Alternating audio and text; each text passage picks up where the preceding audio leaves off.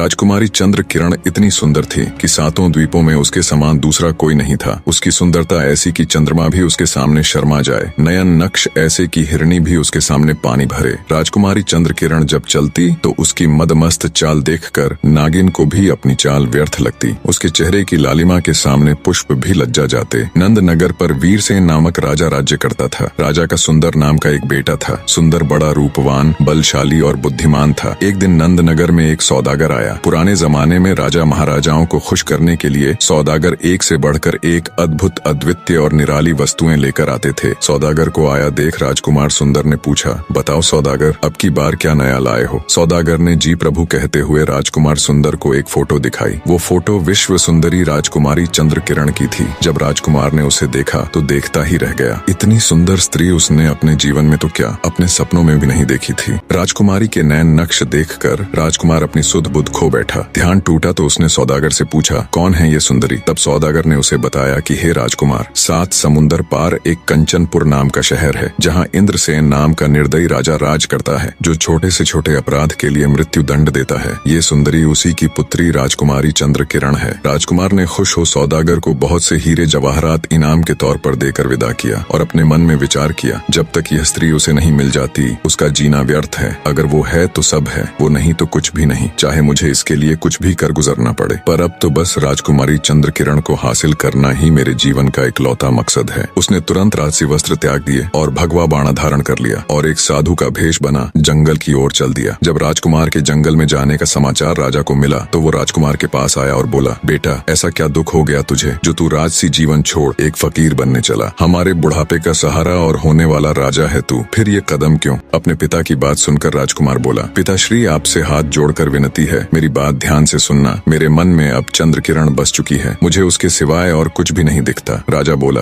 बेटा, तुम समझदार हो, क्यों नादान जैसी बात कर रहे हो? आज तक चंद्र किरण के द्वार पर जो भी गया वो वापस लौट कर नहीं आया। उसके चक्कर में पता नहीं कितने ही अपनी जान से हाथ धो बैठे। पिता की बात को सुनकर राजकुमार बोला, पिताजी, अब मुझे रोकने की कोशिश मत करिए, अब मैं रुकने वाला नहीं। अगर मेरे शरीर में प्राण है, मैं जीवित हूँ, तो मैं जरूर जाऊंगा। इतना कह राजकुमार सुंदर वहाँ से चलने को हुआ तो उसकी माताजी वहाँ आ गई और बोली, मेरे लाडले, तेरे बिना मैं तड़प तड़प कर मर जाऊंगी। ऐसा मत करो, क्यों अपना राजपाट छोड़ तुम मृत्यु को गले लगाने जा रहे हो? पर राजकुमार पर उसकी माँ की बातों का भी कोई असर नहीं हुआ। बोला, नहीं माताजी, मुझे मत रोकिए, अगर मैं नहीं गया तो यही अपने प्राण त्याग दूंगा, और चल पड़ा। राजकुमारी चंद्र किरण को देखने की व्याकुलता में अभी राजकुमार ने कुछ कदम ही आगे बढ़ाए थे कि तभी उसकी सुंदर रूपवती कामिनी पत्नी भी वहाँ आ पहुंची। रानी ने दोहा कहा, पास तेरे कामिनी खड़ी, कर 16 श्रृंगार, छोड़ चले मझधार में, कहाँ मुझे भरतार। अर्थात इतनी सुंदर पत्नी होते हुए भी मुझे ऐसे छोड़कर क्यों जा रहे हो? राजकुमार सुंदर ने भी दोहे के रूप में कहा, रानी, मन धीरज धरो, मति दिल करो उदास, चंद रोज के बीच में लौट आऊं तेरे पास। अर्थात उदास मत हो रानी, थोड़े दिन में वापस तेरे पास आ जाऊंगा। इतना कह राजकुमार सुंदर वहाँ से चल पड़ा। सुंदर की बात सुनकर रानी गश खाकर जमीन पर गिर पड़ी, परंतु सुंदर बिल्कुल प्रभावित न हुआ। वह सबसे प्रेम नाथे तोड़कर वन की ओर रवाना हुआ। उसे तो अब बस राजकुमारी चंद्र किरण की लगन लगी हुई थी। काफी दिन यात्रा करने के पश्चात राजकुमार सुंदर कंचनपुर जा पहुंचा और राजकुमारी के महल के सामने आसन जमा कर बैठ गया। संयोगवश एक दिन राजकुमारी जब महल की खिड़की में खड़ी थी तो उसकी दृष्टि उस जोगी बने सुंदर पर पड़ी। राजकुमार सुंदर तो बावला हुआ, पता नहीं कितने दिन से इसी पल के इंतजार में वहीं टकटकी लगाए देख रहा था। राजकुमारी चंद्र किरण ने जैसे ही राजकुमार सुंदर को देखा, वो भी उस हट्टे कट्टे शरीर वाले सुंदर नौजवान की आशिक हो गई और कहने लगी, हे योगी, तुम कौन हो और ऐसा क्या कारण रहा कि तुमने भरी जवानी में अपने देश और गृहस्थ जीवन को छोड़कर ये भगवा बाणा पहना और जोगी बन गए? राजकुमार सुंदर ने राजकुमारी का प्रत्युत्तर देते हुए कहा, हे विश्व सुंदरी, नजर कर तू मेरी तरफ है प्यारी, मोहब्बत तेरी मेरे दिल में है भारी, तेरा हुस्न मशहूर है हर जहां, तुझे जाने आलम सभी चाह रहा, ये है पूरब से आया अब खाकसार, मेरा नाम आशिक है ए गुल अनार, तेरा हुस्न यहाँ खींच लाया मुझे, जब से तेरा नाम और फोटो दिखा मुझे। आगे राजकुमार सुंदर कहता है, ए हुस्न की मल्लिका, जब से तेरा नाम मैंने सुना है तब से मेरा चैन और सुकून सब छिन गया है, अगर तू मुझे नहीं मिली तो मेरा जीना बेकार है। चंद्र किरण राजकुमार की बात सुन बोली, योगी, तेरा रूप देखकर तो मेरा दिल भी हिलोरे मार तेरे लिए धड़क रहा है, पर मुझे अफसोस इस बात का है कि औरों की तरह कहीं तुझे भी अपने प्राणों से हाथ न धोना पड़े। राजकुमारी चंद्र किरण की बात सुन राजकुमार सुंदर ने दोहा कहा, होना होगा सो होवेगा, इसमें नहीं अंदेश। प्रिय, तेरे कारण तजा मैंने राज और देश, अर्थात अब जो होगा देखा जाएगा। तुम्हारे लिए तो मैं अपना राज्यपाट और देश तक छोड़ आया हूँ। राजकुमार सुंदर की बात सुन सुनकर चंद्रकिरण बोली, ऐ जोगी, मेरे प्रेम में तेरे प्राणों का भी खतरा है, क्योंकि जो भी मुझसे प्रेम करता है मेरे पिता उसको मरवा देते हैं या फिर उसे सदा के लिए कैद कर लेते हैं। अब भी उनकी कैद में बहुत से व्यक्ति पड़े सड़ रहे हैं, इसलिए उचित यही है कि तू अपने देश वापस चला जा। मेरे प्रेम के चक्कर में फंसकर अपने प्राण मत गवा। ये सुनकर श्याम सुंदर ने उत्तर दिया, तेरा इश्क मुझको लाया यहाँ, भला अब कहो तुम मैं जाऊँ कहाँ? ये डर अपने दिल में लाता नहीं, बिना लिए तुझको मैं जाता नहीं। दोहा कह श्याम सुंदर बोला, ए राजकुमारी, मेरी परेशानी को थोड़ा ध्यान से देखो। तुम्हारे प्यार की खातिर मैं मुश्किलों से लड़ते हुए बर्बाद हालत में तुम्हारे पास पहुँचा हूँ। यह सुन चंद्रकिरण ने खिड़की से एक रस्सी डाली, जिस पर चढ़कर खुश होता हुआ राजकुमार सुंदर राजकुमारी के महल में प्रवेश कर गया। उसे अपनी किस्मत पर नाज हो रहा था। राजकुमार के ऊपर आते ही चंद्रकिरण उसके गले में बाहें डालकर कहने लगी, ए हसीन नौजवान, तुझसे पहले भी पता नहीं कितने ही मेरे आशिक आए और मेरे पिता के दंड की भेंट चढ़ गए, कितने ही मौत के घाट उतार दिए गए, कितने ही जेलों में बंद पड़े हैं, पर पता नहीं क्यों न कभी किसी के लिए मेरे अंदर के जज्बात जागे और न ही उनकी सजा पर मेरा हृदय पसीजा। पर तुम्हारी बात कुछ और है, तुम उन सब से अलग हो, तुम पहली नजर में ही मुझे भा गए। राजकुमारी चंद्रकिरण के मुख से अपने लिए इतनी प्रशंसा सुनकर राजकुमार सुंदर भी गदगद हो गया। उसे अपनी किस्मत पर यकीन नहीं हो रहा था कि राजकुमारी चंद्रकिरण उसे इतनी आसानी से मिल जाएगी। दोनों का इश्क परवान चढ़ने लगा। अब तो राजकुमार सुंदर ऐसे ही हर रात को राजकुमारी चंद्रकिरण के पास आता और सुबह होने के करीब होती तो रस्सी के सहारे उतरकर चुपचाप दबे पांव महल से चला जाता। कुछ दिन तो सब ठीक ठाक चलता रहा। दोनों रात में मिलते और प्रेम लाप करते। इस तरह दोनों को ऐशो आराम करते करते बहुत दिन बीत गए। पर फिर एक दिन रात के अंतिम पहर में जब राजकुमार सुंदर वापस जाने लगा तो कोतवाल ने उसे देख लिया और कहा, कौन है तू जो आधी रात को राजकुमारी के महल से आ रहा है? क्या चुराया है तूने? राजकुमार सुंदर ने माफी मांगते हुए कहा, नहीं कोतवाल साहब, मैं कोई चोर नहीं हूँ। पर कोतवाल पर उसकी बातों का कोई असर नहीं हुआ और तुरंत सिपाहियों को बुला उसे पकड़वा दिया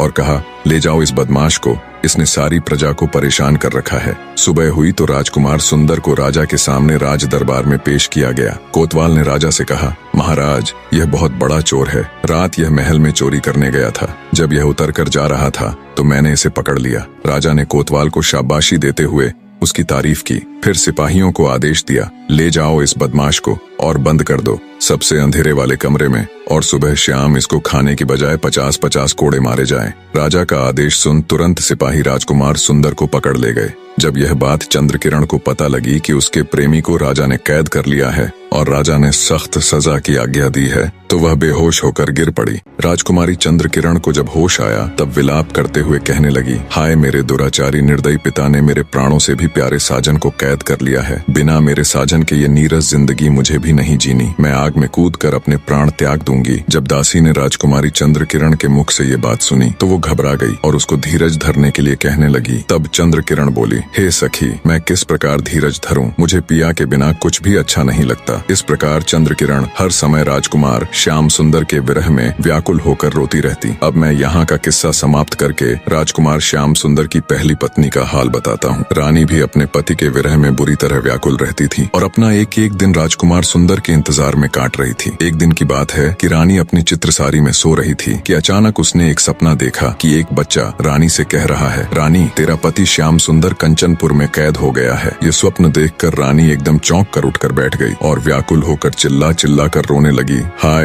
ये क्या हो गया? रोने की आवाज सुनकर दासियां दौड़ी हुई आईं और कहने लगी, क्या हुआ महारानी? ऐसे दहाड़े मार मार कर क्यों रो रही है? आपको क्या पीड़ा है? रानी घबरा कर बोली, मैं सो रही थी कि एक बच्चे ने आवाज दी और कहा कि तू यहाँ सो रही है, वहाँ तेरा पति कंचनपुर में कैद हो गया है। ऐ दासी, वह जल्दी आने का वचन देकर गए थे मगर अभी तक नहीं लौटे। ऐसा प्रतीत होता है कि वह अवश्य ही किसी विपत्ति में पड़ गए हैं और गिरफ्तार हो गए हैं। वो कंचनपुर के राजा की कैद में बड़ा मुश्किल समय काट रहे हैं। अब मुझे ही कुछ करना होगा। अपने पति की सहायता के लिए मैं जोगिन बनकर खुद कंचनपुर जाऊंगी। रानी की यह बात सुनकर उसकी दासी बोली, महारानी, आप दिन रात रो रो कर क्यों स्वयं को नष्ट कर रही हैं? आपने बस एक बुरा सपना देखा है। आपके पति कुशल पूर्वक हैं और जल्दी ही वे सही सलामत आपके पास लौट आएंगे। रानी बोली, नहीं दासी, वो सपना बिल्कुल सत्य है। मेरा दिल कह रहा है मैं अपने पति परमेश्वर को तलाश करने अवश्य जाऊंगी। मेरे पीछे से माँ पिताजी का अच्छे से ख्याल रखना। इतना कह रानी कंचनपुर जाने की तैयारी में लग गई। रानी ने अपने वस्त्र उतार दिए। शाही वस्त्रों के साथ सारा